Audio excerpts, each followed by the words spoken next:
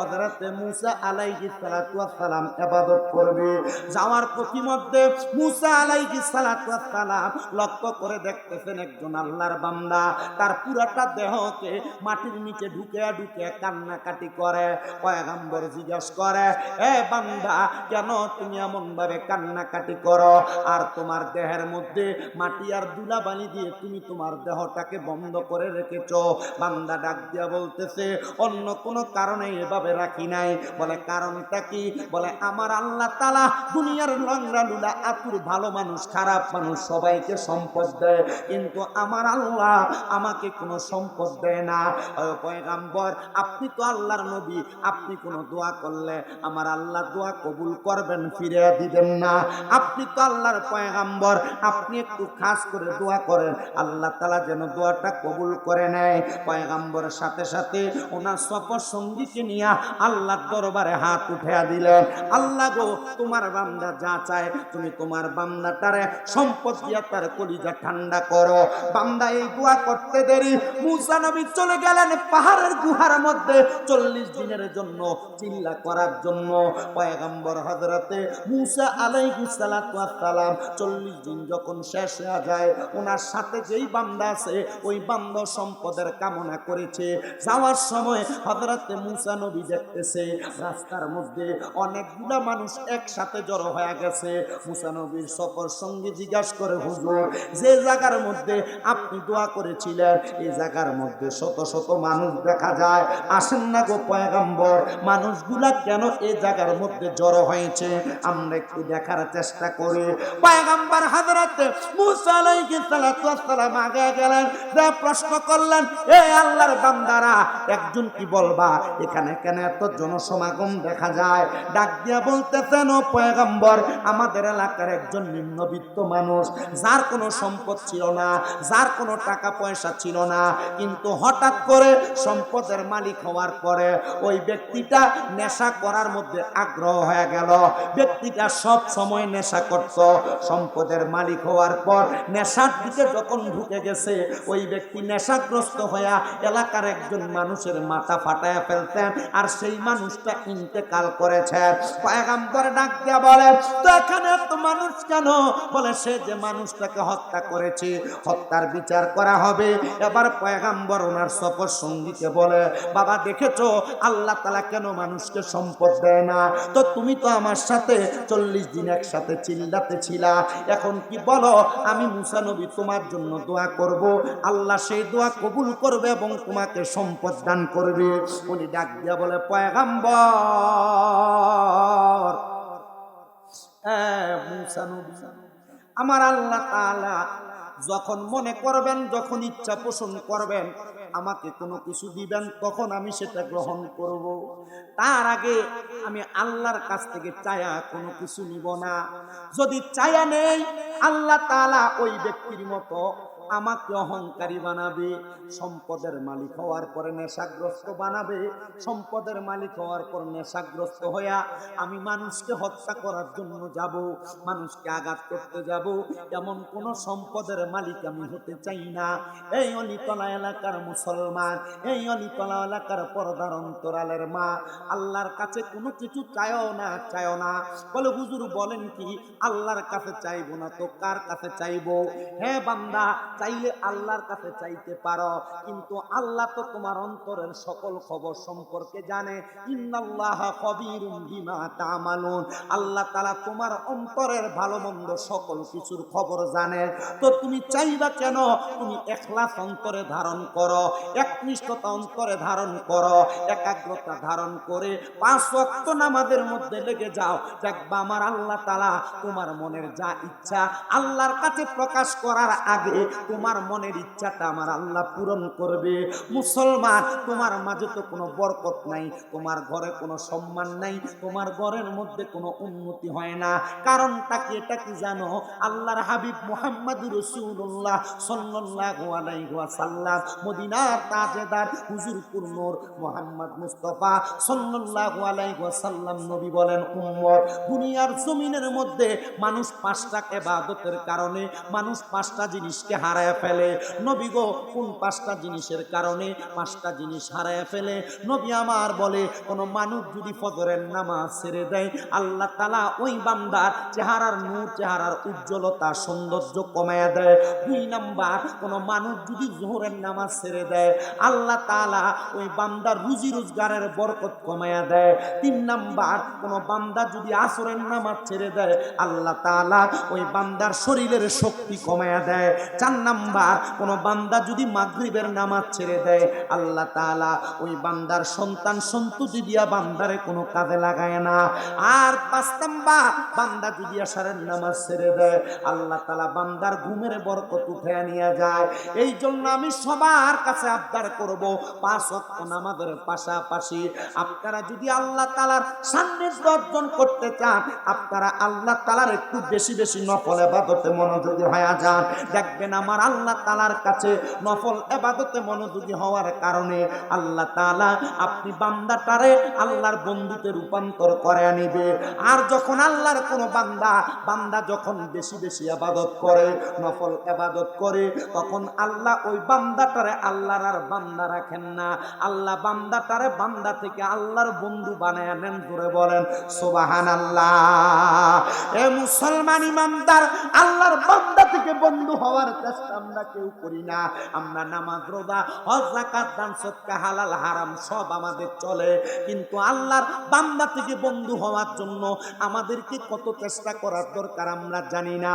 আমি আমার পর্দার অন্তরালের যেই মা বোনেরা 5 ওয়াক্ত নামাজ আদায় করে, ফজরের নামাজের আগে তাহাজ্জুদ পড়ে, ফজরের পরে দুহার নামাজ, তাসবিহের নামাজ পড়ে, মাগরিবের পরে আওয়াবিন পড়ে, বেশি বেশি সালাতুল ইস্তিসকার নামাজ পড়ে, খোদার কসম করে বলি, এ পর্দার অন্তরালের মা, তোমরা যারা মুরব্বি বাবার এখানে বসেছ, বাবারে যারা 5 ওয়াক্ত নামাজের পাশাপাশি নফল ইবাদত করে, নফল রোজা রাখে, খোদাকে কসম করে বলি, আমার আল্লাহ তাআলা ওই বান্দাটারে আল্লাহর বান্দা শুধু রাখেন না, আল্লাহর বন্ধুতে রূপান্তর করে।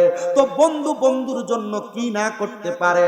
যখন আপনি ইবাদতে মনোযোগী হইয়া আল্লাহর বান্দা থেকে বন্ধু হয়ে যাবে, আল্লাহ তাআলা আপনি যা চাইবেন তাই কবুল করবে। আপনার জবান আর আপনারা থাকবে না, এটা আল্লাহর কুদরতের জবান হয়ে যাবে।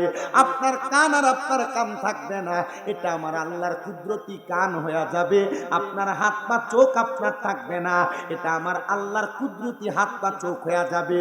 বলে হুজুর বলেন কি? বলে হ্যাঁ, বান্দা তোমাকে নফল ইবাদত করে আল্লাহ তাআলার সান্নিধ্য অর্জন করা লাগবে।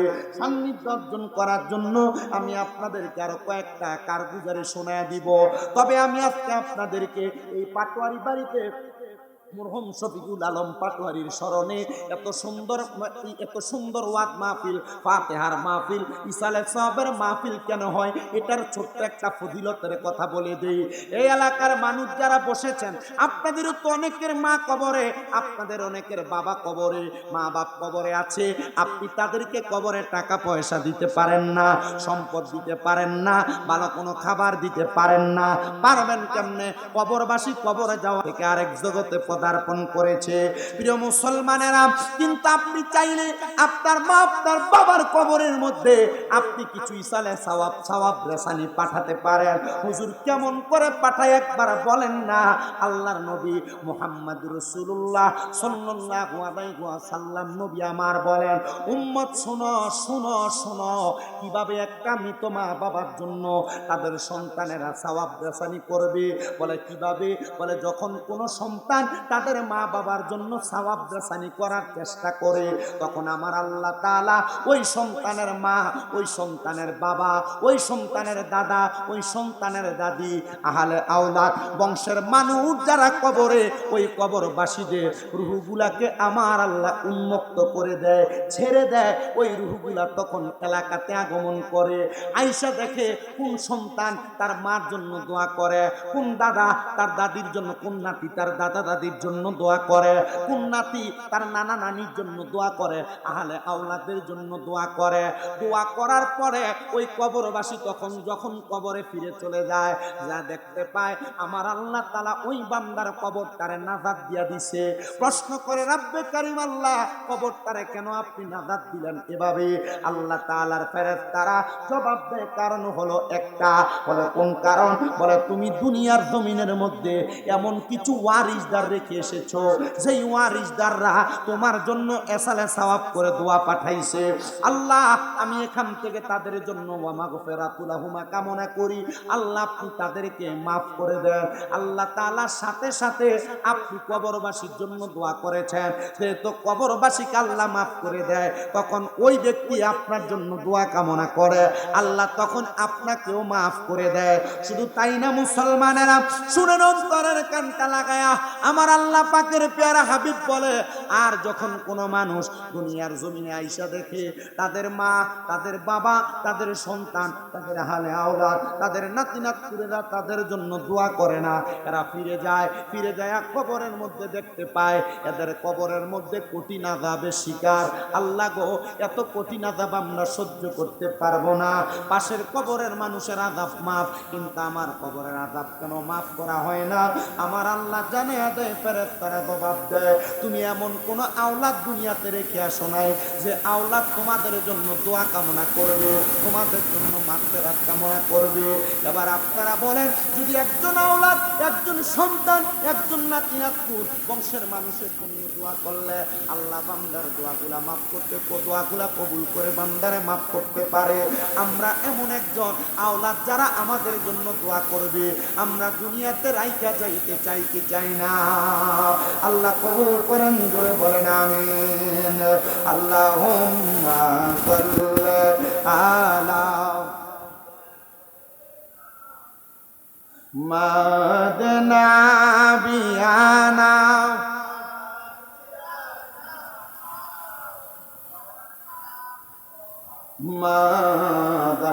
মাদাল্লাহুম্মা সাল্লি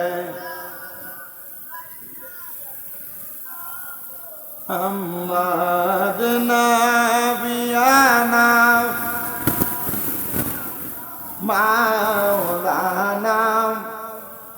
মাদ আমরা সবাই হাজির হইলাম দয়াল নবীর মাহফিলে, হায়রে দয়া করে কবুল করেন নূর নবীজি আমরা রে। আল্লাহুম্মা সাল্লি আলা মুহাম্মাদ নবী।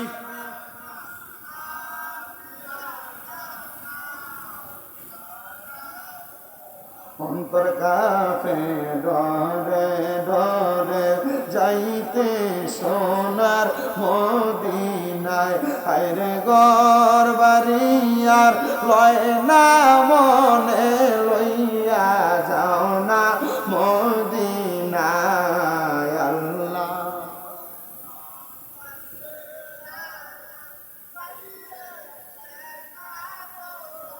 মাদনা বিয়ানা মাওলানা। এখন মনে প্রশ্ন, হুজুর এত দোয়া করি আল্লাহ তাআলা তো আমাদের দোয়াগুলো কবুল করে না। দোয়া যদি কবুল করত তাহলে আমার আল্লাহ তাআলা আমাদেরকে দুনিয়ার জমিনে সব দিক থেকে উপরে রাখতো। তো বাবা, আল্লাহ দোয়া কবুল করবে কেমনে? আপনি তো দুনিয়াতে এমন কোনো কাজ করেন না যে কাজ করলে আল্লাহ দোয়া কবুল করবে। সুবহানাল্লাহ কোন? বলে হুজুর তাহলে কি করব? তাহলে এমন কোনো কাজ করা লাগবে যে কাজের মাধ্যমে আল্লাহ তাআলা আমাদের দোয়াগুলা কবুল করবে। বলে হুজুর এমন কি কাজ? এমন এমন কিছু নেক কাজ করবা যেই নেক কাজের কারণে আল্লাহ তোমার দোয়া কবুল করবে। বলে এমন নেক কাজ কি যে নেক কাজের কারণে আল্লাহ তাআলা আমাদের দোয়া কবুল করবে? আল্লাহর খাস বুজুর্গ বান্দার জীবনী পড়তে যেয়ে দেখলাম কিছু নেক কাজ ওই বুজুর্গরা করেন, যে নেক কাজের কারণে আল্লাহ তাআলা তাদেরকে দুনিয়ার মহা বিপদ থেকে উদ্ধার করেন, দোয়াগুলা কবুল করেন। বলে কেমন করে কবুল করেন? আল্লাহর তিন বান্দা যারা দুনিয়ার জমিনের মধ্যে চলাফেরা করা অবস্থায় দুনিয়ার কর্মকাণ্ডগুলা করতেন, কিন্তু তাদের মাথার মধ্যে একটা জিনিস সব সময় থাকতো, কখন কোন মানুষের কোন ক্ষতি করা যায়। আচ্ছা বলেন, আপনি যদি দুনিয়ার কোনো মানুষের ক্ষতি করেন, আপনি ক্ষতি করার জন্য চেষ্টা করবেন, আল্লাহ তাআলা চাইলে আপনার ক্ষতিটাকে ঘুরাইয়া আবার আপনার উপরে ফেলাইতে পারে কি পারে না? তাহলে আমরা ওয়াদা করি কখনো আমরা কারোর কোনো ক্ষতি করব, কথা বলেন না, কখনো আমরা কারোর কোনো ক্ষতি করব? তো যারা মানুষের ক্ষতি করার চেষ্টা করে স্বয়ং আল্লাহ পাক রব্বুল আলামিন ওই মানুষগুলার ক্ষতি করে দেয়। বলে হুজুর কেমন করে? আরবি একটা প্রবাদ বাক্য, কামাতা দিনু তুদান, যেমন কর্ম তেমন ফল।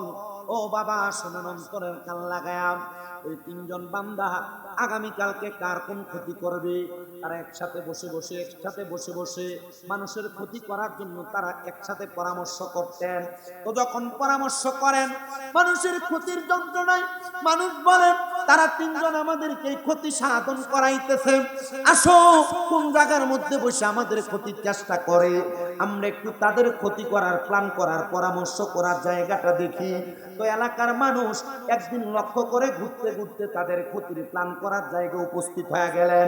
পরবর্তীতে তারা যেই প্ল্যান করে মানুষের ক্ষতি করার জন্য, যেই পরামর্শ করে মানুষের ক্ষতি করার জন্য, তারা তাদের ওই পরামর্শের অন্তর্ভুক্ত না হইয়া বিপরীতভাবে কাজ করে, তারা আর কোনো ক্ষতি করতে পারে না। তারা চিন্তা করলো মনে হয় আমাদের পরামর্শের কথা এলাকার মানুষ জেনে যায়, এই জন্য আমরা এলাকার মানুষগুলাকে বিপদে ফেলতে পারি না, চলো আমরা এলাকা থেকে দূরে নির্জনে কোথাও যায়া তাদের ক্ষতি করার জন্য পরামর্শ করে নিব। চলে গেলেন একসাথে। যাওয়ার পরে আল্লাহর তিন বান্দা গুহার মধ্যে ঢুকে মানুষের ক্ষতি করার চিন্তা তারা করেছে, কিন্তু আল্লাহ তাআলা দুনিয়ার জমিনের মধ্যে তো এমনি বান্দারে চালায় না। বান্দারা যখন গুহাতে প্রবেশ করে মানুষের ক্ষতি করার পরামর্শ শুরু করবে, এমন টাইমে ওই পাহাড়ের গুহার সামনে বড় বড় তিনটা পাথর আইসা গুহার মুখটাকে বন্ধ করে দিছে। এরা বলতেছে হায়রে গুহার মুখটা কেমন করে বন্ধ হয়ে গেল, এখন তো গুহার মুখটা খোলা যায় না। আর আল্লাহ তাআলা আমাদেরকে মনে হয় আমাদের খারাপ নিয়তের কারণে এই গুহার মধ্যে আবদ্ধ রাইখাই মারবে। আপনারা বলেন দুনিয়াতে কোনো মানুষ যদি কোনো মানুষের ক্ষতি করে, তার ক্ষতি একজন জোড়ায় দেয়, তিনার নাম একজন, তিনি কে? মুহাব্বতের আওয়াজে বলেন না তিনি কে? প্রিয় মুসলমান ইমানদারেরা, আল্লাহর তিন বান্দা বলে হয়তো আমরা দুনিয়াতে যে পাপ কাজ করেছি, এই পাপ কাজের উপঢৌকন হিসেবে আল্লাহ তাআলা আমাদেরকে পাহাড়ের গুহার মধ্যে আটকায় রাখছেন। এই চিন্তা তারা যখন মাথায় সেটআপ, তারা তিনজন একসাথে পরামর্শ করে বলে আসো দুনিয়াতে এমন কোনো ভালো কাজ করেছি কিনা যে ভালো কাজের কারণে আল্লাহ তাআলা আমাদেরকে মাফ করতে পারে, এখান থেকে উদ্ধার করতে পারে। তারা ডাক দিয়া কয় এমন কোনো ভালো কাজ নাই। একজন বলে আমার জীবনে একটা ভালো কাজ আছে। বলে ভালো কাজটা কি একবার বলো না? বলে একটা ভালো কাজ হলো আমার বাড়িতে একজন চাকর কাজ করতেন, 1 মাস কাজ করার কারণে ওই ব্যক্তি দৈনিক আমার কাছ থেকে 2 পট করে চাল পাইতেন। এই চালগুলা 1 মাস পরে আমার কাছে রাখছেন, রাইখা জমাট করার পরে সে আমার কাজ শেষ করে বাড়িতে যাবে। এমন টাইমে ডাক দিয়া বলেন ও গো মনিব, আমি আমার সম্পদগুলো আমার কাছে রাখতে চাই না, কারণ আমার এই সম্পদ খাওয়ার মতো কোনো মানুষ নাই।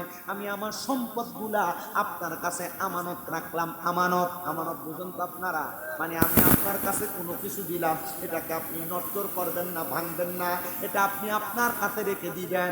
আল্লাহর বান্দা বলে মনিব, আমি আমার এই 30 দিনের চালগুলা আপনার কাছে আমানত রাখলাম, আপনি আপনার কাছে চালগুলা রেখে দেন। আল্লাহর বান্দা বলেন আমি তার চালগুলা আমার কাছে রেখে দিলাম আমানত হিসেবে, কিন্তু অনেক দিন পর্যন্ত সে আমার কাছে আসে না। যখন আমার কাছে আসে না, আমি আমার কাছে চালগুলা দেখলাম যখন পোকায় আকৃষ্ট হয় হইতেছে। আমি চালগুলাকে বাজারে বিক্রি করে একটা ছাগল ক্রয় করলাম। ছাগলটা পালতে পালতে অনেকগুলা, আমি একটা গরু ক্রয় করলাম, ক্রয় করে অনেকগুলা হয়ে গেল। খামার হইল, পালন করার জন্য রাখাল হইল। হঠাৎ করে ওই আগন্তক আমানতদারিতার ব্যক্তি আমার কাছে আইসা বলে, হুজুর আপনার কাছে যে আমানত রেখেছিলাম আমার চাউলগুলাকে আপনি ফেরত দিবেন। হুজুর বলেন, যাও, এই যে গরুর খামার দেখা যায়, পুরাটা খামার তুমি নিয়ে যাও, এগুলার মালিক তুমি। উনি আমার জবাব দেয়, হুজুর না না না, আমি আপনাকে মাত্র 60 কেজি চাউল দিয়েছিলাম, আমার চাউল আপনি ফেরত দিবেন। এত গরু আমার দরকার নাই, খামার আমার দরকার নাই, রাখাল আমার দরকার নাই। হুজুর বলে, বাবা শোনো শোনো শোনো, এগুলা সব তোমার। আমি তোমার চাউলগুলা বিক্রি করে এগুলাকে এতটুক সম্পদে পরিণত করেছি। তোমার আমানত তুমি বুঝা নিয়ে যাও, আমি তোমার আমানত আর আমার কাছে রাখলাম না। আল্লাহর বান্দা বলে, আল্লাহ আমার জীবনে আর এমন কোনো কিছু নাই, তবে একটা জিনিস আছে, আমানতদারিতা। আল্লাহ তুমি আমার আমানতদারিতা কবুল করো। আল্লাহর সাথে সাথে দোয়া কবুল করেছে। ওই আমানতদারিতা ফেরত দেওয়ার কারণে পাহাড়ের গুহার মুখ থেকে সাথে সাথে একটা পাথর আমার আল্লাহ সরাইয়া নিয়ে গেছেন। ধরে বলেন সুবহানাল্লাহ। গফুর রহিম নামে তোমার আল্লাহ, ও আল্লাহ, ও বলো গফুর রহিম আল্লাহ, ও আল্লাহ, বলো রহিম রহমান নামে তোমার, ও আল্লাহ।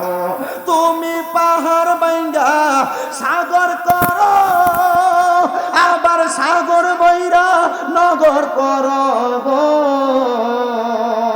তুমি পাহাড় ভাঙ্গা সাগর করো, আবার সাগর বইরা নগর করো গো। তাই তো তুমি সবার বড়, তাই তো তুমি সবার বড়, ও গো খোদা দয়াময়। গফুর রহিম নামে তোমার আল্লাহ, ও আল্লাহ, ও বলো রহিম রহমান নামে তোমার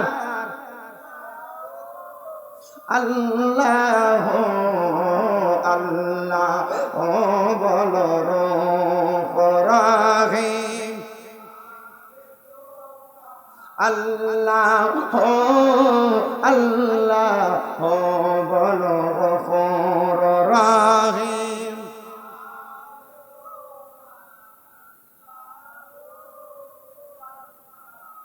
আরেক ব্যক্তি বলে, আমার দোয়া কবুল হয় না, তা আমরা মুক্তি পাবো কিভাবে? তিনি বলেন, আমার জীবনে একটা ভালো কাজ আছে। বলে, কি ভালো কাজ তুমি একবার বলো। সে ডাক দিয়ে বলেন, আমি আমার ওই ভালো কাজের উসিলা দিয়া দোয়া করলাম, আল্লাহ তাআলা আমার দোয়া কবুল করেছে। বলে, তোমার ভালো কাজের কথাটা বলো। তিনি বলেন, আমার ভালো কাজ হলো, আমি দুনিয়ার জমিনে চলাফেরা করা অবস্থায় আমার নজর ছিল বড় খারাপ। নজর কি ভালো না খারাপ? তিনি বলেন, আমার নজর ছিল বড় খারাপ। আমার বাড়িতে আমার একজন চাচাতো বোন ছিল, যার চেহারা ছিল বড় সুন্দর, বড় মায়াবী। আমি তার চোখের দিকে যখন তাকাইতাম, তার মুখের দিকে যখন তাকাইতাম, আমার মনে মনে চিন্তা আসতো, আইরে আমার ঘরে আমার একজন সুন্দরী চাচাতো বোন, যদি আমি তাকে বিবাহ করতে পারতাম, অথবা তার দেহটাকে আমি ভোগ করতে পারতাম। নাউজুবিল্লাহ। আচ্ছা বলেন, বিবাহ ছাড়া একটা নারীর দেহ ভোগ করা এটা হারাম? উনি ডাক দিয়ে বলেন, আমি চাইছিলাম তার দেহটা ভোগ করার জন্য। আল্লাহর দরবারে কতবার আমি চিন্তা করলাম, আইরে আমার মনের আশাটা পূরণ হয় না। হঠাৎ করে আমি রাত্রবেলা তাকে নিয়ে আমার মনে মনে একটা কুধারণা করতে লাগলাম।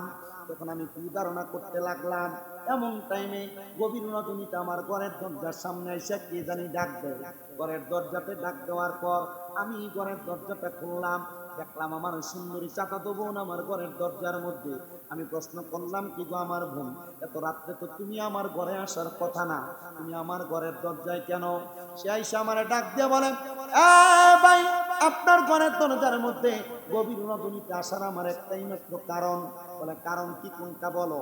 তিনি বলেন আমার কারণ হলো মাত্র 200 দিরহামের জন্য আমি বড় মহা মুসিবতের মধ্যে আছি, মহা বিপদের মধ্যে আছি। আপনি কি পারবেন আমার 200 দিরহাম দিয়ে আমাকে সহযোগিতা করার জন্য? আল্লাহর বান্দা ডাক দিয়া বলে আমি যদি তোমার 200 দিরহাম দেই তাহলে আমার লাভটা কি হবে? বলে আপনি যা চান আপনি আপনার লাভ হিসেবে তা নিতে পারবেন। সে ডাক দিয়া বলে আমি তোমাকে একটা শর্তের মাধ্যমে তোমাকে আমি 200 দিরহাম দিতে পারি। বলে হ্যাঁ ভাই, আপনি বলেন কোন দুইটা শর্তের কারণে? একটা শর্তের কারণে আপনি আমার 200 দিরহাম দিবেন। সে ডাক দিয়া বলে বোন, আমি তোমার দেহটার জন্য বড় পাগল। তুমি যদি মাত্র একটা বারের জন্য আমার বিছানাতে আসতে পারো, আমি তোমাকে 200 দিরহাম দিয়ে সহযোগিতা করব। ডাক দিয়া বলে ভাই, এখন আমি এমন মুসিবতের মধ্যে, এমন বিপদের মধ্যে পড়ে গেছি, আমি যদি আপনার শর্তে রাজি না হই, আপনি তো আমাকে 200 দিরহাম দিবেন না। দেন আপনি 200 দিরহাম, আমি আপনার শর্তে রাজি হয়ে গেলাম। এবার 200 দিরহাম নিয়ে সে তার কাজ সম্পূর্ণ করে চাচাতো ভাইয়ের বিছানার মধ্যে আসার জন্য রাজি হয়ে গেল। ওই যুবক ডাক দিয়ে বলে যখন আমার চাচাতো বোন আমার সামনে আসলো, আমি তার ধাক্কা দিয়ে আমার বিছানার মধ্যে ফেলে দিলাম। আমি যখন তার দেহ স্পর্শ করতে যাব, তার চরিত্র হরণ করতে যাব, তার দেহটাকে আমি বুক করতে যাব, চিন্তা করে দেখেন আল্লাহর বান্দা কোন কঠিন অবস্থা থেকে ফিরে এসেছে। এমন কঠিন অবস্থা থেকে ফিরে আসা বর্তমান সমাজে কিন্তু একবারে সম্ভব না। বর্তমান যুব সমাজ, বর্তমান মুরব্বী সমাজ, কিশোর সমাজ এই দিক থেকে ফিরে আসবে তো দূরের কথা, এরা আরো কঠিন ভাবে আক্রান্ত হয়ে যাবে। আক্রান্ত হওয়া না, আল্লাহর বান্দা বলে যখন আমি তার দেহটার মধ্যে স্পর্শ করতে যাব, তার চরিত্র হরণ করতে যাব, তার জামা কাপড়গুলা তার শরীর থেকে সরায় আমি তার দেহ ভোগ করতে যাব, এমন টাইমে আমি তাকায়া দেখলাম আমার চাচাতো বোনের চোখের মনি কোঠাগুলা দিয়া বায়া বায়া পানি পড়তেছে। আমি জিজ্ঞাসা করলাম ধন্য আমার, এবং তোমার চোখের মধ্যে কেন এত পানি দেখা যায়? পানি হওয়ার কারণটা কি একবার বলবা নাকি? সে আমার ডাক দিয়ে কয় ভাই, আমি দুনিয়ার কোনো কারণে কান্দি না, আমি কান্দি আমি যে আপনার সাথে এভাবে অবৈধভাবে মেলামেশা করতেছি। আপনি কি আমার আল্লাহর একটু ভয় করবেন না? আপনি কি আমার আল্লাহর ভয় করে আমাকে আজকে ছেড়ে দিবেন না? আপনি কি আমার আল্লাহর ভয় করে আমাকে এখান থেকে মুক্তি দিবেন না? এমন পাপ কাজ করা থেকে আপনি আমার দূরে রাখবেন না? ওই যুবক ডাক দিয়ে বলে আমার চাচাতো বোনের চোখের পানি দেইকা সকম সে আমারে বলল আল্লাহরে ভয় করে তারে আমি ছেড়ে দেওয়ার জন্য আমি সাথে সাথে তাকে ছেড়ে দিয়েছি। আমি তার সাথে অবৈধভাবে মেলামেশা করি নাই। আল্লাহ, আমার জীবনে যদি কোনো ভালো কাজ থেকে থাকে এটাই আমার ভালো কাজ। আমি তোমার ভয় কইরা তোমার কাছ থেকে ফিরে আসছিলাম। আল্লাহ গো, তুমি আমারে মাফ করে দাও। আমার আল্লাহ এমন ভাবে দোয়াটা কবুল করেছে, এমন ভাবে দোয়া কবুল করেছে, গুহার মুখের বাকি দুইটা পাথর তাইকা আল্লাহ এই দোয়া কবুল কইরা গুহার মুখের আরো একটা পাথর আমার আল্লাহ সরাইয়া দিছে। ধরে বলেন সুবহানাল্লাহ। আমার প্রিয় মুসলমানেরা আরেকটু মনোযোগ লাগান তো, পাথর তার একটা বাকি, যেটার কারণে তারা গুহার মুখ থেকে বের হতে পারতেছে না। আরেকজন বলে আমার দোয়া কবুল হয় না, তো আমি কি করব? আমি এবার আল্লাহর দরবারে আমার একটা দোয়া করলাম, যে দোয়ার কারণে আল্লাহ আমাদেরকে পাথরের গুহা থেকে বাঁচায় আনছে। এ বান্দা, তুমি কোন দোয়ার কারণে আল্লাহর দরবার থেকে মুক্তি পাইলা আর গুহা থেকে মুক্তি পাইলা? উনি ডাক দিয়া বলে আমি দোয়া করতে লাগলাম রব্বে কারিম আল্লাহ, আমার জীবনে এমন কোনো ভালো কাজ নাই, এমন কোনো ভালো আমল নাই, তবে একটা ভালো আমল আছে, একটা নেক আমল আছে। বলে নেক আমলটা কি? বলে আমি আমার জীবনে সবচাইতে বেশি গুরুত্ব আমার মাকে দিয়েছি। বলে কেমন করে তোমার মাকে গুরুত্ব দিলা? বলে আমার পরিবারের মধ্যে খাবারের যোগান দেওয়ার মতো একটাই মাত্র উটনি ছিল, একটাই মাত্র গাভী ছিল, কারো কারো বর্ণনায় একটাই মাত্র ছাগল অথবা বকরি ছিল, যেটার দুগ্ধ দোহন করে আমি আমার মারে আগে খাওয়াইতাম, আমার মারে খাওয়ানোর পরে আমি আমার স্ত্রী সন্তানকে খাওয়াইতাম, এরপর আমি নিজে ভক্ষণ করতাম। আল্লাহর বান্দা ডাক দিয়া বলে আমি হঠাৎ করে একদিন বাড়িতে আসতে আমার অনেক দেরি হয়ে যায়, আমি আমার ঘরের মধ্যে যায়া আমার বকরিটারে অথবা আমার উটনিটারে দুগ্ধ দহন করে ঘরে প্রবেশ করার সাথে সাথে দেখি আমার আম্মা জান ঘুমায় গেছি। ঘুমানোর পরে আল্লাহর বান্দা বলেন আমি দুধগুলা নিয়ে আমার আম্মা জানের সামনে দাঁড়ান, আমার ছোট বাচ্চা কান্না করতে করতে খুব বেকারার হয়ে গেছে। আমি আমার ছোট বাচ্চাকে দুধ দিলে দিই না খাইতে। কেন? কারণ আমার ভিতরে একটা জিনিস কাজ করতো, এই দুধ আগে আমার মা খাবে, এরপর আমার বাচ্চা খাবে, তারপর আমি আর আমার বিবি খাবে। কিন্তু আমার মা তো খাইতে পারে না, উনি ঘুমায় গেছে, এই জন্য দুধ নিয়ে আমি আমার মায়ের বিছানার পাশে দাঁড়াইছি। আল্লাহু আকবার বলবেন না? এটা মায়ের প্রতি ভক্তি, মায়ের প্রতি শ্রদ্ধা, মায়ের প্রতি ভালোবাসা, একনিষ্ঠতা, একাগ্রতা। মাকে যে সে মুহাব্বত করে সেটার একটা ধারাবাহিক।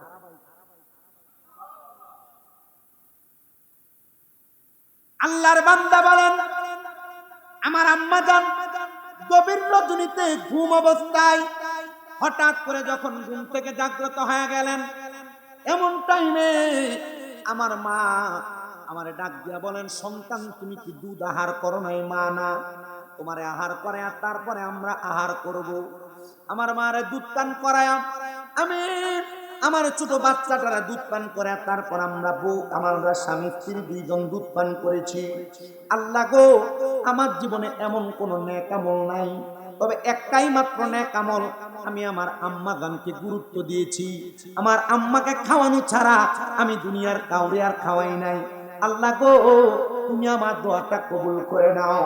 সাথে সাথে আমার আল্লাহ তাআলা তার দোয়াটা কবুল করে ফেলেছে, কারণ সে ব্যক্তি তার মারে বড় গুরুত্ব দিছে। আমি আমার আজকের জান্নাতের বাগানে যারা বসেছেন, এই কুমিল্লা জেলার অন্তর্গত বরুড়া থানাধীন অলিতলা এলাকা পাটোয়ারি বাড়ি, এই জান্নাতের বাগানের মধ্যে আমার মুরব্বী বাবা, যুবক ভাইরা, আপনারা যারা স্ত্রীর মায়ায় পইরা মা বাপকে গুরুত্ব দেওয়া বন্ধ করে দেন, আপনারা যারা দুনিয়ার মায়ায় পইরা মা বাপকে গুরুত্ব দেওয়া বন্ধ করে দেন, আপনারা যারা দুনিয়ার কর্মকাণ্ডে পইরা আপনাদের আম্মা আব্বারে গুরুত্ব দেওয়া বন্ধ করে দেন, আমি আপনাদের কদমে হাত দিয়ে বলবো, না না না, আপনারা কইরেন না। খোদার কসম করে বলি, আপনারা যতক্ষণ পর্যন্ত আপনাদের মা বাবার মতো দুইটা নিয়ামতকে গুরুত্ব দিবেন, আল্লাহ তাআলা আপনাদেরকে দুনিয়া এবং আখিরাতের মধ্যে আপনাদেরকে প্রশান্তি আর প্রশান্তি দান করবে। জোরে সরে পড়েন সুবহানাল্লাহ। ওরে আল্লাহর পড়ে নবী আমার, আল্লাহর পড়ে নবী আমার, তারপরে মা জননী, মাঝে আমার নয়নের মনি, বলেন মাঝে আমার নয়নের মনি। বলেন আল্লাহর পরে নবী আমার, আল্লাহর পরে নবী আমার, তারপরে মা জননী, মাঝে আমার নয়নের মনি। বলেন মাঝে আমার। ওরে কত কষ্ট করে না মাগো সন্তানের লাগিয়া, নিদে না খাইয়া মাগো সন্তানের খাওয়াইলা, মাগো সন্তানের খাওয়াইলা। ওরে কোন কষ্ট পাইলে মাগো জ্বরে চোখের পানি, মাঝে আমার নয়নের মনি। বলেন মাঝে আমার মনি। বলেন আল্লাহর পরে নবী আমার, আল্লাহর পরে নবী আমার, তারপরে মা জননী, মাঝে আমার নয়নের মনি। বলেন মাঝে আমার। ওরে নিজে না খাইয়া মাগো সন্তানের খাওয়াইলা, সন্তানের লাগিয়া মাগো কত কষ্ট করলাম, মাগো কত কষ্ট করলাম। ওরে অসুস্থ হইলে তোমার জ্বরে চোখের পানি, মাঝে আমার নয়নের মনি। বলেন মাঝে আমার নয়নের মনি। হায় হায় আল্লাহর পরে নবী আমার, আল্লাহর পরে নবী আমার, তারপরে মা জননী, মাঝে আমার নয়নের মনি। হায়রে মাঝে আমার মনি। মুসলমান ইমানদার অন্তরের কান লাগে শোনো, আমার ওয়াদের ধারাবাহিকতা যে দিকে ছিল, তিনজন ব্যক্তি তিনটা দোয়া করেছেন ভালো ভালো কাজের উসিলা দিয়া, আল্লাহ তাআলা সাথে সাথে তাদের দোয়াগুলা কবুল করেছে। আমি জানতে চাই আজকে যে পাটোয়ারি বাড়িতে শফিকুল আলম পাটোয়ারির স্মরণে এই জান্নাতের বাগান মাহফিল করা হয়েছে। আমরা যদি আল্লাহর দরবারে একজন বান্দার উসিলা দিয়া দোয়া করি, আমার আল্লাহ তাআলা আমাদের দোয়া কবুল করার ক্ষমতা আল্লাহর আছে না নাই? মুহাব্বতের আওয়াজে ওই আল্লাহরে খুশি করার জন্য জবান খুলে আর একটু জোরে সোরে দরুদ শরীফ পড়েন, আল্লাহুম্মা সাল্লি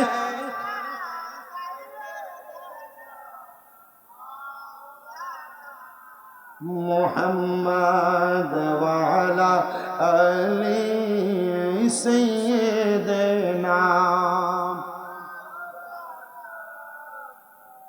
মুহাম্মাদ। আল্লাহুম্মা সাল্লি, মুহাব্বত নিয়ে পড়েন।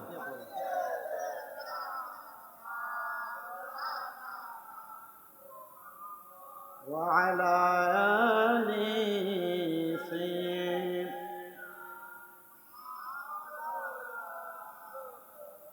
আমার প্রিয় মুসলমানেরা, যারা আল্লাহকে খুশি করার জন্য আল্লাহর কাছে ভালো ভালো কাজের উসিলা দিয়া দোয়া করে, তো দোয়া কবুল করে কি? এখন আমরা তো আল্লাহর কাছে ভালো কাজ দিয়ে আল্লাহর পছন্দের বান্দা হতেই পারি নাই।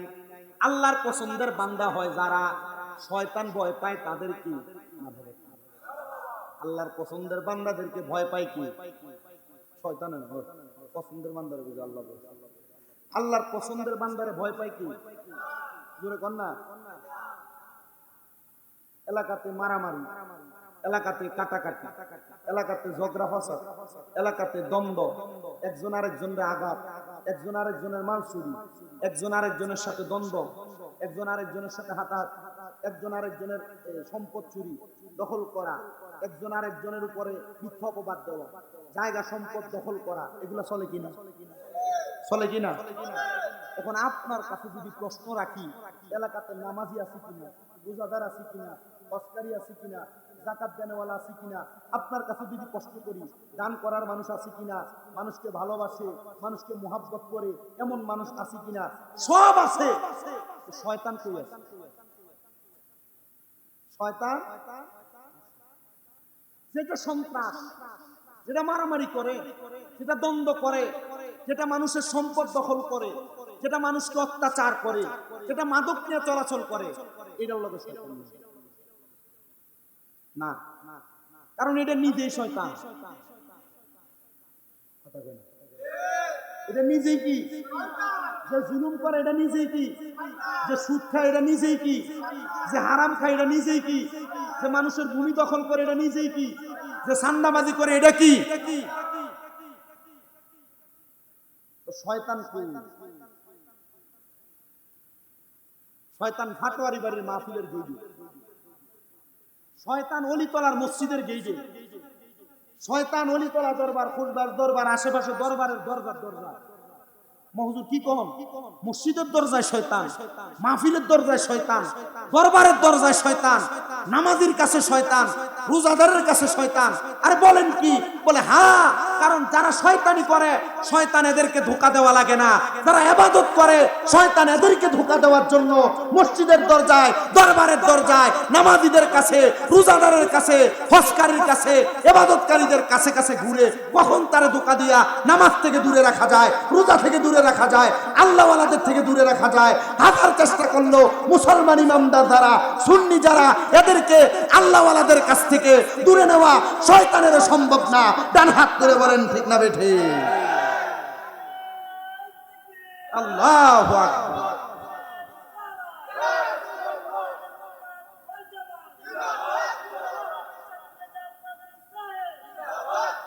এতদিন পর্যন্ত সুন্নিদের মাজার গুলা ভাঙ্গা মনে করছে যে আমরা মাজারে যাওয়া বন্ধ করবো, আমরা ডরে যাইতাম না। এতদিন পর্যন্ত সুন্নিদের মাজার গুলারে ভাঙ্গা এরা মনে করছে যে সুন্নিরা একটা মাজার ভাঙলে এর পরে আর মাজারের কাছেও যাইতো না। কিন্তু না, এরা ঈমান আরো তাজা করছে, মাজারের দিকে যায়, আল্লাহর ওলিরে তাজিম করে, আল্লাহর ওলিকে সম্মান করে, তবে সুন্নিদের আকীদা এটা নয় মাজারের কাছে চায়। সুন্নিদের আকীদা এটা নয় যে মাজারওয়ালাকে সেজদা দেয়। সুন্নিদের আকীদা আল্লাহকে সেজদা দেয়, মাজারওয়ালাকে ওসিলা করে দোয়া করে। কিন্তু যারা এগুলা ভাঙছে এরা এদের তকদির নিয়ে, এদের চিন্তাধারা নিয়ে ভাঙছে। তবে আমরা একটা কথা বলতে চাই, ভাঙছে ঠিক, আল্লাহর ধরা শক্ত ধরা, আল্লাহ যখন ধরবে পাও ফসবে, হাত ফসবে, এরা এদের মতো কাজ করে বেড়াইছে। তবে একটা কথা আমরা স্পষ্টভাবে বলতে পারি, যারা মাজার ভাঙছে এরা ভালো কাজ করে নাই, তবে যেই মাজারগুলো ভাঙছে এই মাজারের খাদেমগুলো ভালো কাম করে নাই। বলে হুজুর কেন? কারণ এরা মাজারের টেহা খাইছে আর ফেক্টারে বড় বানাইছে। এরা মাজারের গরু ছাগল খাইছে আর নিজের বাড়ি বিল্ডিং বানাইছে। এরা মাজারের টেহা খাইছে, মাজারের গরু ছাগল ভক্ত মুরিদানের টেহা খাইছে, আর মাজারের আশেপাশে কোনো মাদ্রাসা করে নাই, নিজের পকেট বাড়ি করছে, বিদেশ যায় ঘুরছে। খুদার কসম, মাজারগুলার সাথে যদি এক একটা করে মাদ্রাসা থাকতো, আর মাদ্রাসায় 300-400 পোলাপান থাকতো, যে ফকিন্নির ফুটাইতে মাজার ভাঙতে আসছিল এরা যদি লাড়ি লিয়ে ধরে নিত পোলাপান গুলা টোয়াই হওয়া যায় হইলে। আমরারে তো আমরার দেবিদ্দারের এমপি হাসনাত আব্দুল্লাহ একটা আশা দিছে যে মাজারের উপর কেউ আক্রমণ করবে আর ভাঙবে, উনি এটা দেখা নিবে আর বিচার করবে। আল্লাহ তাআলা জানে ওনার এই কথার কতটুকু কার্য সম্পাদন হবে। যদি উনি এই কথা বইলা বাস্তবায়ন করে ভবিষ্যতে কেউ মাজারের প্রতি আক্রোশ রোপণ করলে উনি এটার বিচার করাবেন আর এটার ব্যবস্থা নেবেন। তাহলে আমরাও হাসনাত আব্দুল্লাহর কাছে এটা আবেদন করব, তো যারা ভাঙছে এগুলার ভিডিও ফুটেজের প্রমাণ আছে, এ ভাঙুন্নার বিচারটা আগে করেন। ডান হাত তুলে বলেন ঠিক কিনা? আমরা কুমিল্লা জেলার বরুড়া থানার অলিতলা গ্রাম থেকে বাংলাদেশের প্রশাসন, বাংলাদেশের যারা প্রশাসনিক দায়িত্বে আছে তাদের কাছে একটা আবেদন জানাতে চাই, যারা পূর্বে মাজার ভেঙেছে এদের বিচার করেন, ভবিষ্যতে ভাঙার বিচার পরে করেন, আগে যারা করছে আগে এদের বিচার করেন। কথা কন্যা ঠিক কিনা? কারণ আমরা সুন্নিরা বিশ্বাস করি এই বাংলাদেশে ইসলাম আছে আল্লাহর ওলিরা। যারা এই আল্লাহর ওলিদের মাজার নিয়ে বাজে মন্তব্য করে এটা এদের খাসিয়ত, এটা এদের ভিতরে অন্তরে চিন্তাধারা। সুফি তত্ত্বের কারখানাগুলা ভাঙ্গা দিয়া এরা মনে করছে যে আল্লাহর ওলিদের ব্যাপারে এরা চিন্তাধারা যদি এভাবে করে মাজার ভেঙে দেয়, মানুষ আল্লাহর ওলিদের কাছে যাবে না, আল্লাহর ওলিদের সোহবতে যাবে না। না, এই চিন্তাধারা ভুল ধারণা। আমরা সুন্নিরা জানি আমাদেরকে ইসলাম শিখাইছেন আল্লাহর ওলিগণ, আমাদেরকে লুঙ্গি, আমাদেরকে পরম থেকে ধুতি খুল্লা লুঙ্গি আর পায়জামা পরাইছেন আল্লাহর ওলিগণ। এদেরকে আমরা সম্মান করি, তাজিম করি, এদের প্রতি আমরা ইজ্জত রাখি। তবে এদেরকে নিয়ে যারা কুচ্ছা রটনা করে আমরা এদের সাথে সম্পর্ক রাখি, রাখি। আমি আপনাদেরকে যে কথা বলতেছিলাম, আল্লাহর ওলি যারা, আল্লাহর পছন্দের বান্দা যারা, আল্লাহর নেককার বান্দা যারা, এই নেককার বান্দাদেরকে ভয় পায় কি? আল্লাহর নেককার বান্দাদেরকে শয়তানও ভয় পায়, আল্লাহর বুজুর্গ বান্দাদেরকে শয়তানও ভয় পায়, আল্লাহর নামাজি বান্দাকে শয়তান ভয় পায়, আল্লাহর রোজাদার বান্দাকে শয়তান ভয় পায়, আল্লাহর ফরেজগার বান্দা যারা, আল্লাহর ইবাদতে মনোযোগী যারা, এদেরকে ভয় পায় কি? একজন আল্লাহর বুজুর্গ আব্দুল্লাহ মারুফ মুসাফি রহমাতুল্লাহ, উনি কখনো নামাজ কাজা করতেন না। ফজর ঠিক টাইম, যোহর ঠিক টাইম, আসর ঠিক টাইম, মাগরিব এশা ঠিক টাইম। কোনো কাজা করতেন, দেরি করতেন, অবহেলা করতেন। উনি যখন দেরি করতেন না, ওনাকে শয়তান অনেক ধোঁকা দেওয়ার চেষ্টা করেছে। শয়তানের ধোঁকা থেকে আপনি বাইসে যাবেন, আপনি আমি এখনো এমন ইমানদার হইতে পারি না। আল্লাহর একজন খাস বুজুর্গ হযরতে জুনাইদ বাগদাদী রাহমাতুল্লাহ আলাইহি, নাম শুনেন নাই? উনি বলেন, আমি একদিন আসরের নামাজে প্রবেশ কইরা নামাজ শেষ করে বের হইছি, এমন টাইমে আমি দেখলাম একটা শয়তান হপাস করে উপর থেকে আমার সামনে পড়ছে। আল্লাহর ওলিরা শয়তান দেখার ক্ষমতা আসেনি, শুধু শয়তানই দেখে না, নবীও দেখে। চোখ বন্ধ করলে মুরাকাবা মুশাহাদায় আল্লাহর ওলিরা চাইলে নবী দেখাইতে পারে কিনা, এই ক্ষমতা আল্লাহর ওলিদের আছে কিনা, আল্লাহর বুজুর্গদের আছে কিনা, এই বিশ্বাস অন্তরে নিয়ে ওলির দরবারে যাইয়েন, কিছু পাইবেন। আমরা তো যাই যে অমুক হিসাবের দরবারে, অমুক হিসাবের দরবারে খিচুড়িটা, সিন্নিটার, বিরিয়ানিটা খাইয়া একটা মুদা বানিয়ে আসবে, এর নিয়ত বানানো হয় থেকে, এর নিয়তি বানানো ভাবে থেকে।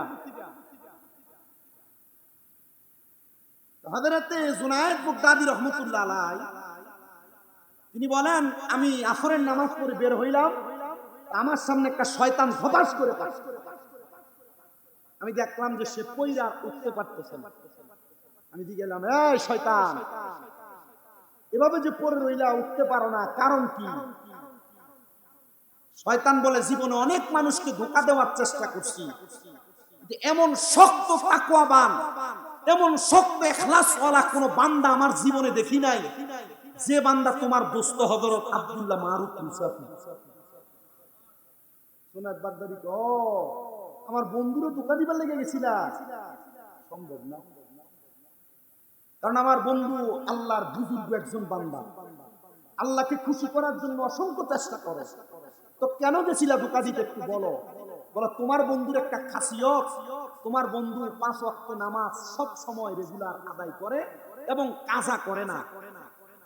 তোমার বন্ধুর একটা স্বভাব, তিনি ওযু করলে ওযু করার পর একটা নেক আমল করে, যে আমলের কারণে আল্লাহ দোয়া কবুল করে।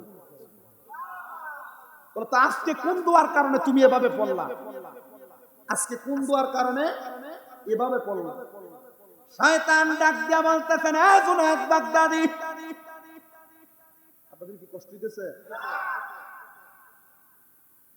আমার আর অল্প একটু সময় আপনাদের জন্য, যখন আছে যতটুকু আমি আরেকটু করে যাই, করে গেলে আপনাদের কাছে ভালো লাগবে। আসলে আমি মাহফিল করতেছি ঠিক ওই ঈদের দিন থেকে আমার কয়েকজন ওস্তাদ বলছে, তুই কিটা তুই ঈদের দিনও মাহফিল করতে যাই, এবছর ঈদের দিনও মাহফিল করছিস।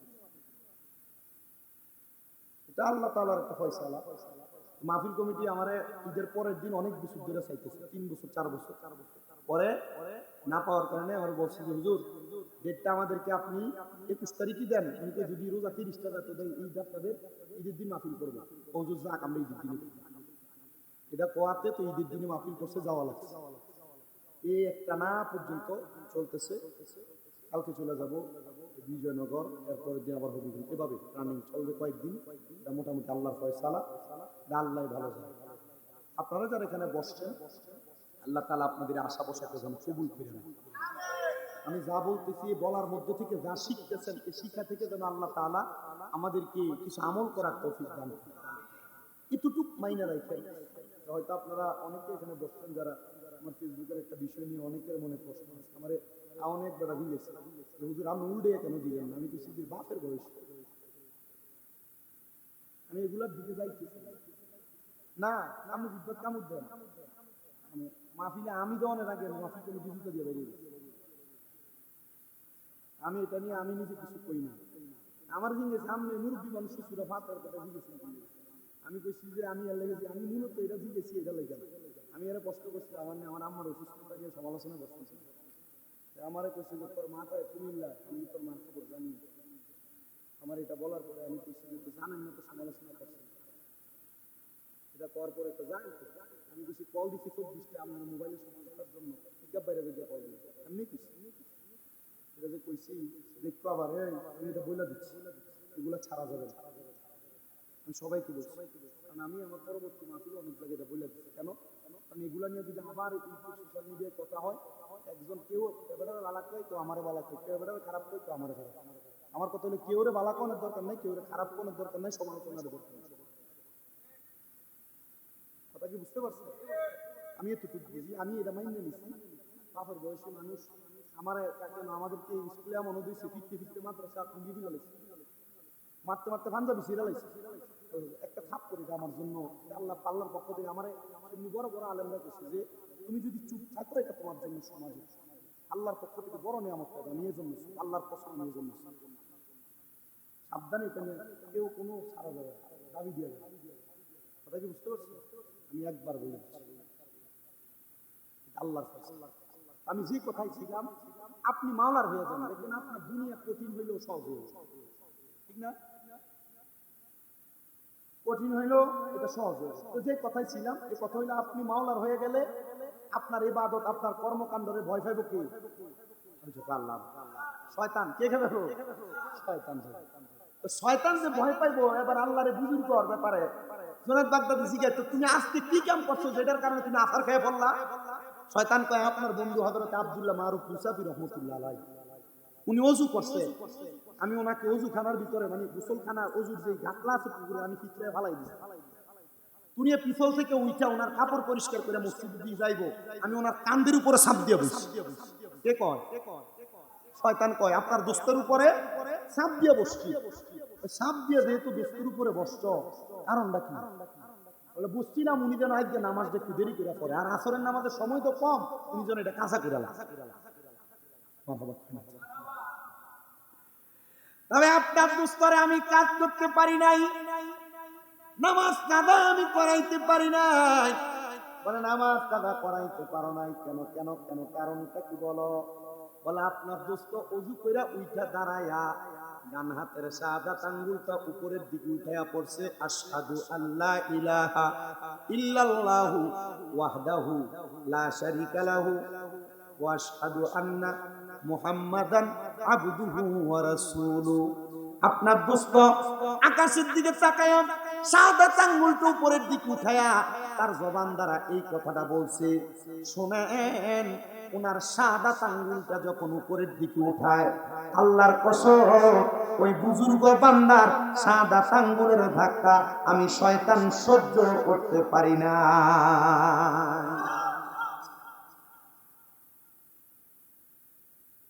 কোন আঙ্গুল?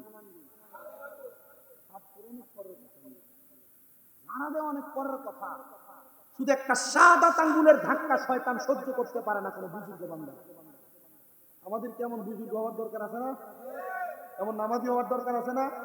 এমন রোজাদার ফরেজগার হওয়ার দরকার আছে না? যতক্ষণ এমন না হতে পারবো এতক্ষণ জান্নাতের আশা করা ভুল, বোকামি।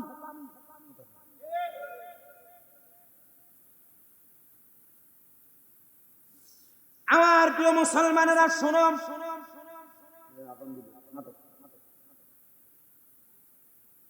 আমার প্রিয় বুজুর্গ মুসলমানেরা, আমি আপনাদের কাছে সব সময় পরে আমার মানছি মনে করবো যে আমি কালেকশন করি, আমি সবসময় তো দরবারে কালেকশন করি, তো করলে ওই এটার ধারাবাহিকতা এইটাই মনে করি।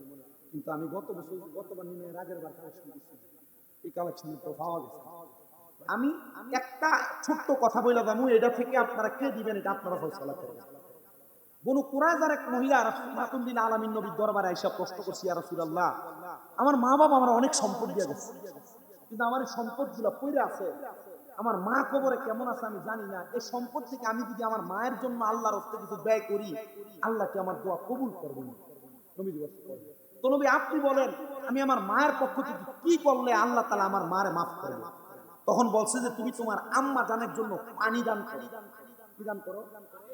সৌদি আরব যারা গেছে, মক্কায় মদিনায়, মদিনা শরীফের আশেপাশে মসজিদে গামামা, মসজিদে আবু বকর, মসজিদে ওমর ইবনে খাত্তাব, মসজিদ উসমান বিন নুরাইন, মসজিদে বুখারী, অনেকগুলো মসজিদ আছে না, মসজিদে আলী রাদিয়াল্লাহু তাআলা, প্রত্যেকটা মসজিদের ভিতরে এবং মক্কা শরীফের রাস্তার পাশে পাশে বড় বড় ট্রাক করে আইনা সৌদির বড় বড় পয়সাওয়ালারা পানি বিতরণ করে, আল্লাহ হাজি হাদিয়া বলে বলে পানি বিতরণ করে। যারা গেছেন এটা জানে না, মসজিদের ফ্রিজের ভিতরে আইনা আইনা পানি টাল দিয়ে কেন? যেটা জানে এটা উত্তম, মৃত ব্যক্তিদের জন্য সবচাইতে উত্তম দান। ওই মহিলা বলে, ইয়া রাসূলুল্লাহ, আমি আমার মায়ের জন্য কি করব আপনি একবার বলেন। আল্লাহর হাবিব মুহাম্মদুর রাসূলুল্লাহ সাল্লাল্লাহু আলাইহি ওয়াসাল্লাম বলেন, তুমি তোমার আম্মা জানের পক্ষ থেকে মদিনার মানুষের জন্য পানির ব্যবস্থা করে দাও। নবী আমার বড় খুশি হয়ে গেলেন, রাজি হয়ে গেলেন, রাজি হয়ে খুশি হইয়া রাহমাতুল্লিল আলামিন নবীজির কথা শুনে মহিলাটা বলেন, ইয়া রাসূলুল্লাহ, আপনাকে সাক্ষী রাইখা আমি এই মদিনার পাশে একটা কূপ খনন করে দিলাম। নবী আমার বলেন, মহিলা তুমিও সাক্ষী থাকো, এই কূপ থেকে যত মানুষ পানি আহার করবে, ব্যবহার করবে, উপকৃত হবে। আমার আল্লাহ তাআলা এটার উসিলায় তোমার মাকে মাফ করে দিবে। এই পাটোয়ারি বাড়ির মাহফিল, পাটোয়ারি বাড়ি, এই বাড়িতে কার কার ঘর একটু হাত তুলবেন। পাটোয়ারি বাড়ির কে কে আছে? অলিতলার গ্রামের বাড়ি কার কার? অলিতলা গ্রামে বাড়ি কার কার? অলিতলা মাহফিল, আপনারা তো অলিতলার মানুষই হবেন, আলহামদুলিল্লাহ। হাত নামান। আমি আপনাদের মধ্য থেকে এমন কয়েকজন আল্লাহর বান্দা চাইবো তারা শুধু হাত উঠে বলবেন, হুজুর আমার মা নাই, ওই মহিলার মতো আল্লাহ যেন আমার মারে মাফ করে দেয়। হুজুর আমার বাবা নাই, আল্লাহ যেন ওই মহিলার মতো আমার বাবারে মাফ করে দেয়। হুজুর আমার মাও নাই, বাবাও নাই, আল্লাহ যেন আমার মা বাপরে মাফ করে দেয়। এক নম্বরে আমি 10,000 টাকা, হুজুর 10,000 না আমি 5,000 টাকা, হুজুর 5,000 না আমি 2,000 টাকা, আল্লাহর ওয়াস্তে এই জান্নাতের বাগানের জন্য আগামী বছর অথবা নগদ দান করে দিব। একজন মানুষ চাইব যে দান করবে আগামী বছর। কেউ যদি থাকেন হাত উঠে বলবেন 10,000 অথবা 5,000 টাকা দান করবেন এক নম্বরে। কেউ যদি থাকেন একজন কষ্ট করে বললেন, তার জন্য খাস করে দোয়া করা হবে। তবে তার আগে আপনারা আমার সাথে মোহাব্বতে একটা গজল গাইবেন। মোহাব্বতে অসুবিধা হবে আপনাদের, সমস্যা হবে আপনাদের, একটু মোহাব্বতে। আমি তোমার প্রেমের ভিখারি ইয়া রাসূলুল্লাহ, আমি তোমার প্রেমের ভিখারি, বলেন আমি তোমার প্রেমের ভিখারি ইয়া রাসূলুল্লাহ, আমি তোমার তোমারি প্রেমের গো রাসূল হয় না তুলনা, হয় না তুলনা গো রাসূল, হয় না তুলনা, বলেন তোমারি প্রেমের গো রাসূল হয় না তুলনা, হয় না তুলনা গো রাসূল, হয় না তুলনা। তোমার প্রেমে জিন্দা হইল উস্তুনে হান্নানা ইয়া রাসূলুল্লাহ, আমি তোমার প্রেমের ভিখারি, বলেন আমি তোমার প্রেমের ভিখারি ইয়া রাসূলুল্লাহ, আমি তোমার যা উঠাও দিদার দেখাও ধন্য করো মোরে, ধন্য করো মোরে গো রাসূল, ধন্য করো মোরে, যা উঠাও দিদার দেখাও ধন্য করো মোরে, ধন্য করো মোরে গো রাসূল, ধন্য করো মোরে। ওই রাসূলের দিদার পাওয়ার আছে এক নাম্বার। কেউ যদি থাকেন, যদি 10,000 পারতাম না, 5,000 টাকা এই মাহফিলে আগামী বছর একজন দিবেন, কেউ আসেননি এক নাম্বার।